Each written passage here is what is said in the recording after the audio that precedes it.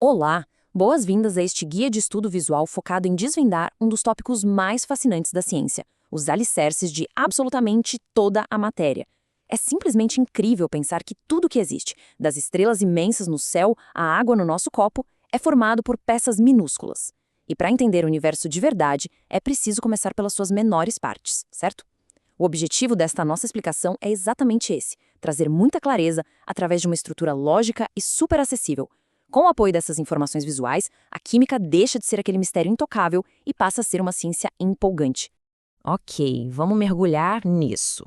Para tirar o assunto do caos e levar direto para a ordem, nossa agenda vai ser a seguinte: 1. O que é um átomo? 2. Entendendo o número atômico. 3. Exemplos práticos com hidrogênio e oxigênio. 4. A tabela periódica. E 5. A história da organização. Então, começando pela seção 1. O que é um átomo? O bloco de construção de tudo. A fundação de toda a química começa bem aqui. Antes de pensar em coisas complexas, precisamos entender a base. A definição clássica e muito direta é que o átomo é a menor parte de um elemento químico. É muito fácil imaginar os átomos como aquelas pecinhas clássicas de montar. Quando a gente olha para um castelo de brinquedo gigante, sabemos que ele é feito de pequenos blocos individuais, não é mesmo? Na natureza, um tipo específico de átomo forma um elemento químico específico. Mudou a pecinha de montar, o material final muda completamente. É uma elegância tremenda. E por dentro, como funciona? Todo átomo tem uma anatomia bem definida. No centro fica o núcleo, e lá dentro, super guardados, estão os prótons.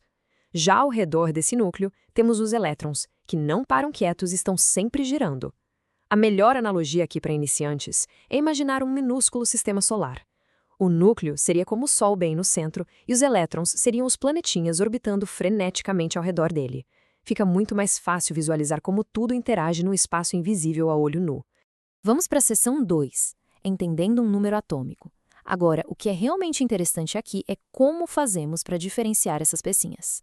Pensa bem, se o universo inteiro é feito desses minúsculos sistemas solares, como a ciência consegue diferenciar o que é ouro do que é carbono? O grande segredo é justamente o número atômico. E ele é simplesmente o número de prótons existentes no núcleo do átomo.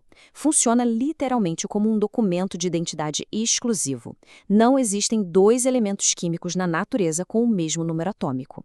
Descobriu a quantidade de prótons no núcleo? Bingo! A identidade do elemento está garantida. Quando se fala em prótons para lá, elétrons para cá, a primeira reação da maioria das pessoas costuma ser: uau! Que complicação! Mas calma, existe uma beleza imensa e muito equilibrada na natureza. A regra é esta: para cada próton no núcleo, temos um elétron girando ao redor. É uma simetria perfeita. Se tem um número X de partículas lá no meio, vai ter exatamente o mesmo número orbitando em volta. O átomo é, no fundo, um sistema que busca constantemente o equilíbrio. Chegamos na seção 3, exemplos: hidrogênio e oxigênio. E isso ilustra de forma brilhante como essa regra funciona no mundo real. Saindo um pouquinho da teoria, vamos comparar.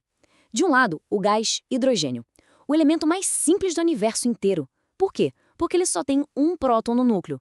Pela regra do equilíbrio, se tem um próton, tem apenas um elétron girando ao redor. Portanto, número atômico, 1. Bem simples. Do outro lado, o oxigênio. Ele tem 8 prótons no núcleo e, logicamente, 8 elétrons orbitando. O número atômico, exatamente 8. Viu só? Contar prótons acaba sendo um padrão super fácil de observar. Seção 4. A tabela periódica. Uma visão muito mais ampla, já que o universo tem dezenas de outros elementos. Olhando para o cenário macro, chegamos ao incrível número de 118. 118 é uma quantidade formidável. Pensa na escala absurda de tudo que conhecemos: montanhas, oceanos, a nossa biologia, a atmosfera. E absolutamente tudo isso foi montado misturando apenas 118 peças fundamentais diferentes. Lidar com essas 118 pecinhas diferentes tinha tudo para ser a maior bagunça possível, um caos absoluto no laboratório. Mas, como diz a frase aqui na tela, os elementos estão sabiamente organizados em uma planilha que chamamos de tabela periódica.